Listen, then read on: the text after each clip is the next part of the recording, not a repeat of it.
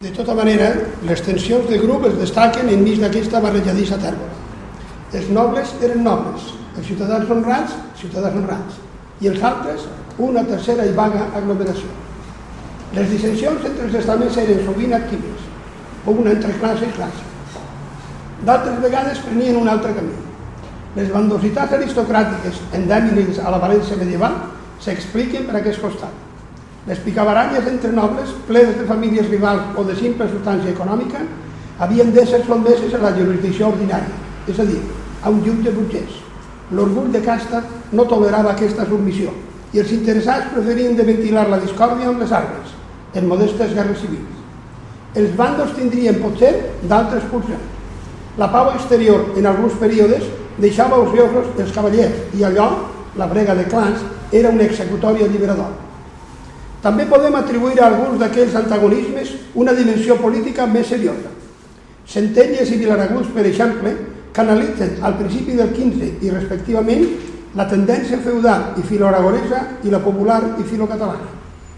Però el pretext més creïble és aquella negativa aristocràtica a acceptar un veredicte burgès, una superioritat burgesa, per a les seves divergències intestines. Durant 2 segles i mig llargs, els ciutadans honrats van poder aguantar-se segurs en la direcció de la ciutat i, per consegüent, del regne. Ells presideixen, ordenen i estimulen l'etapa més complexa i alhora més lluïda de la història de València.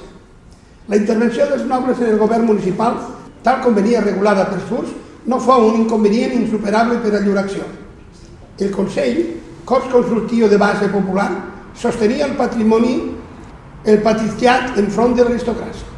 Davant del poble menut i dels mateixos burgesos que no tenien accés a les magistratures, els ciutadans honrats tampoc no vacilaven a buscar l'aliança amb els nobles. Les bullangues populars solien ser reprimides pels edils amb la col·laboració sempre amatent dels cavallers.